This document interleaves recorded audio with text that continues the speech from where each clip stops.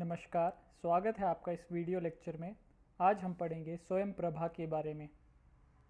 इसके बारे में आपने कहीं ना कहीं सुना होगा। आपने टीवी चैनल्स के ऊपर कुछ चैनल्स देखे होंगे जहां पर टीचर पढ़ा रहे होते हैं, तो उस बारे में आज हम पढ़ेंगे।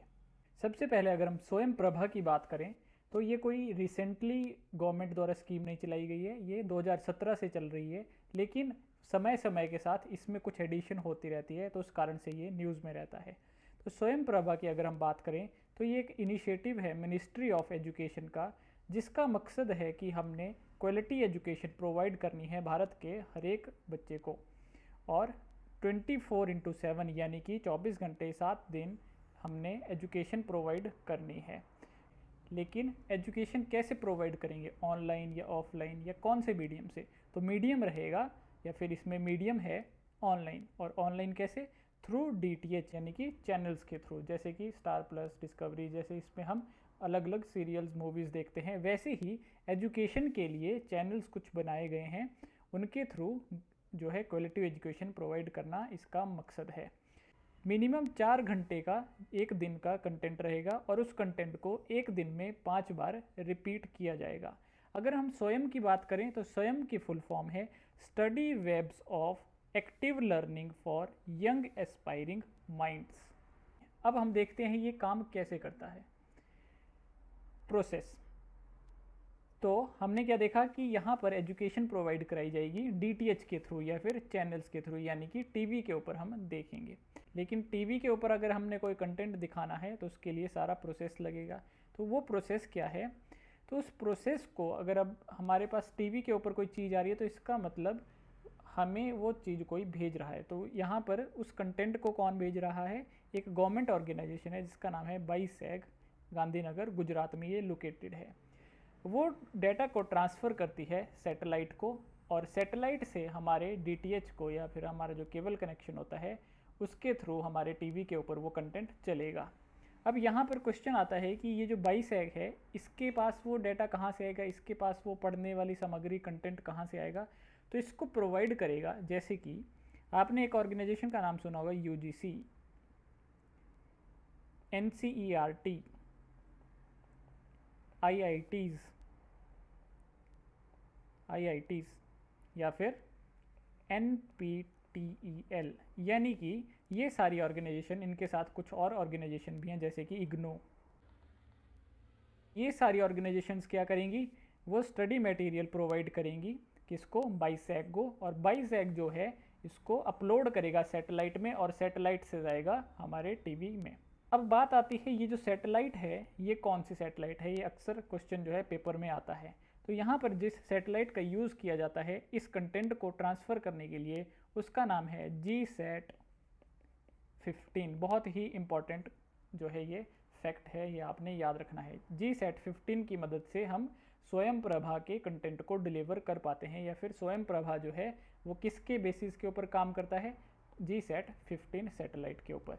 और उसके बाद ये सारा कंटेंट जो है हमारे टीवी में पहुंच जाता है, और टीवी में इस कंटेंट को दिखाया जाता है अलग अलग चैनल्स के थ्रू, अलग अलग चैनल्स के थ्रू। जैसे मान लीजिए कोई फर्स्ट क्लास का है, उसके लिए अलग चैनल है, कोई इंजीनियरिंग कर रहा है तो उसके लिए अलग चैनल है, यानी कि सभी क्लासेस, सभी कोर्सेज़ के लिए अलग अलग चैनल्स बनाए गए हैं।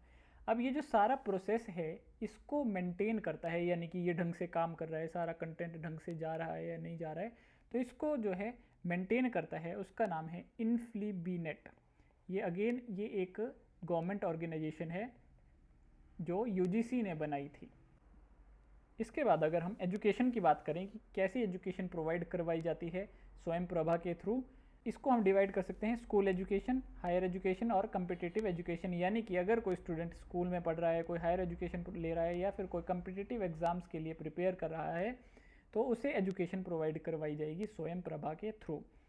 स्कूल में जो फर्स्ट क्लास से 12वीं क्लास तक के बच्चे हैं उन्हें एजुकेशन प्रोवाइड करवाई जाएगी। हायर एजुकेशन में जितने भी स्ट्रीम्स हैं उन सभी को जो है एजुकेशन प्रोवाइड कराई जाएगी।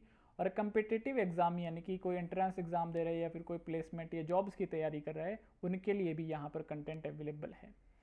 अब ये जो स्वयं प्रभा है इसमें अलग अलग चैनल्स डिवाइड किए गए हैं। जैसे कि स्कूल एजुकेशन के लिए चैनल्स का नाम दिया गया है ई विद्या, यानी कि फर्स्ट क्लास के लिए एक अलग चैनल बनाया गया है जिसका नाम होगा ई विद्या क्लास 1, सेकेंड क्लास के लिए ई विद्या क्लास 2, ऐसे करके 12वीं क्लास तक हमारे पास स्कूल एजुकेशन के लिए 12 चैनल स्वयं प्रभा में।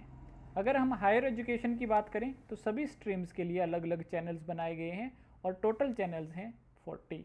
और कम्पिटिटिव एग्जाम के लिए एक पोर्टल बनाया गया है जिसका नाम है साथी, और इस साथी में कितने चैनल्स हैं? 40 चैनल्स हैं अलग अलग एग्जाम के लिए। तो यानी कि स्वयं प्रभा में प्रेजेंटली कितने चैनल्स हैं? 92। ये स्टार्ट हुआ था 2017 में, तब 30 के अराउंड हमारे पास यहाँ पर चैनल्स थे, तो ये अपडेट होते रहते हैं। लेकिन इंपॉर्टेंट क्या है, ये चैनल्स के नाम खासकर हायर एजुकेशन के। तो अगर हायर एजुकेशन की बात करें तो टोटल हमने यहाँ पर देखा कितने चैनल्स हैं? 40। तो अब 40 के 40 तो हम याद नहीं रख सकते, हमने कुछ याद रखने हैं और बाकी हमें पता होना चाहिए कि बाकियों में क्या क्या चीज़ें आती हैं। तो फर्स्ट 10 जो है यहाँ पर लिखे गए हैं, इनके नाम आपको याद होने चाहिए। और फिर 11 से 16 तक हमारे हैं ह्यूमैनिटीज़ और टीचर एजुकेशन से संबंधित। 17 से लेकर 38 तक हैं इंजीनियरिंग से संबंधित, इसमें सारे इंजीनियरिंग के कोर्सेज आ गए, सारे स्ट्रीम्स आ गई। और 39th जो चैनल है वो परफॉर्मिंग आर्ट्स, यानी कि मूवी मेकिंग हो गया, हमारा पेंटिंग हो गया, ड्रामा हो गया, थिएटर हो गया, ये सारे आ गए हमारे परफॉर्मिंग आर्ट्स में। और जो लास्ट चैनल जो 40th चैनल है उसका नाम है व्यास, और यहाँ पर कंटेंट है किससे संबंधित? आर्ट एंड लिटरेचर से संबंधित। तो ये सारे के सारे चैनल्स हो गए हमारे हायर एजुकेशन के। अब इन 10 को याद रखने का एक मैं आपको तरीका बताऊंगा। एक सेंटेंस है जो आपको 10 बार आप पढ़ोगे तो आपको ये याद हो जाएंगे। तो वो सेंटेंस कुछ ऐसे है: विगेश ने संस्कृति प्रबोध के लिए सारस्वत विद्या का प्रबंधन विधिक पूर्वक करवाया, कौटिल्य आर्यभट्ट से संपादन करवाया और दक्ष दिया।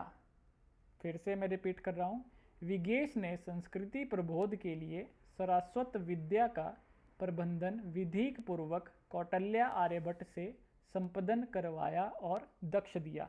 अब इस सेंटेंस का कोई मीनिंग नहीं है, कोई लॉजिक नहीं है, लेकिन इन नामों को याद रखने के लिए आप अगर इसको 10 बार 15 बार पढ़ेंगे तो आपको ये चैनल्स याद हो जाएंगे। और आपको ये ऐसे ही याद होने चाहिए कि फर्स्ट कौन सा है, दूसरा कौन सा है, थर्ड कौन सा है, फोर्थ कौन सा है। ये आपने इसी ही सीक्वेंस में याद रखने हैं, और कुछ कुछ आपने याद रखने हैं कि वो किस चीज़ से संबंधित है। तो जैसे ये पहला चैनल है विगेश चैनल, ये है जो हमारी लैंग्वेज और लिटरेचर है, इससे संबंधित यहाँ पर हमें कंटेंट मिलता है। जो संस्कृति है, तो संस्कृति से पता है कि जो हमारा हिस्ट्री है, हमारी कल्चर है, हमारा जो फिलॉसफी है, उससे रिलेटेड यहाँ पर कंटेंट दिया जाता है। प्रबोध हमारी जो साइंस एंड बिहेवियर साइंसेज हैं उससे संबंधित। प्रबंधन है यहाँ पर इंफॉर्मेशन कम्युनिकेशन से संबंधित। जो हमारा विधिक है, तो विधि विधान हम बोलते हैं, उस वहाँ से आप याद रख सकते हैं। तो विधिक जो है हमारा, जो भी हमारा लॉ एंड ऑर्डर है उससे संबंधित यहाँ पर एजुकेशन दी जाती है। कौटिल्य आपको पता है कि किससे संबंधित थे? इकोनॉमिक्स एंड कॉमर्स से, तो यहाँ पर ये एजुकेशन प्रोवाइड की जाती है। आर्यभट्ट में जो है मैथ और साइंस से संबंधित एजुकेशन प्रोवाइड की जाती है। संपादन में जो हमारी बायोलॉजी होगी, जूलॉजी होगी, ये सारे प्रोवाइड की जाती है। और दक्ष में हमारी जितनी भी अप्लाइड साइंसेज हैं उनसे संबंधित हमें एजुकेशन यहाँ पर या फिर कंटेंट यहाँ पर मिलता है या फिर प्रोवाइड किया जाता है अलग अलग इंस्टीट्यूट्स के थ्रू। तो ये आपको पता होना चाहिए 10 चैनल्स के नाम, कौन सा क्या कंटेंट प्रोवाइड करता है, और थोड़ा सा आपको स्वयं प्रभा के बारे में भी आइडिया होना चाहिए। तो ये था इस वीडियो के बारे में, ये था स्वयं प्रभा के बारे में। आई होप आपने आज कुछ नया सीखा होगा। धन्यवाद।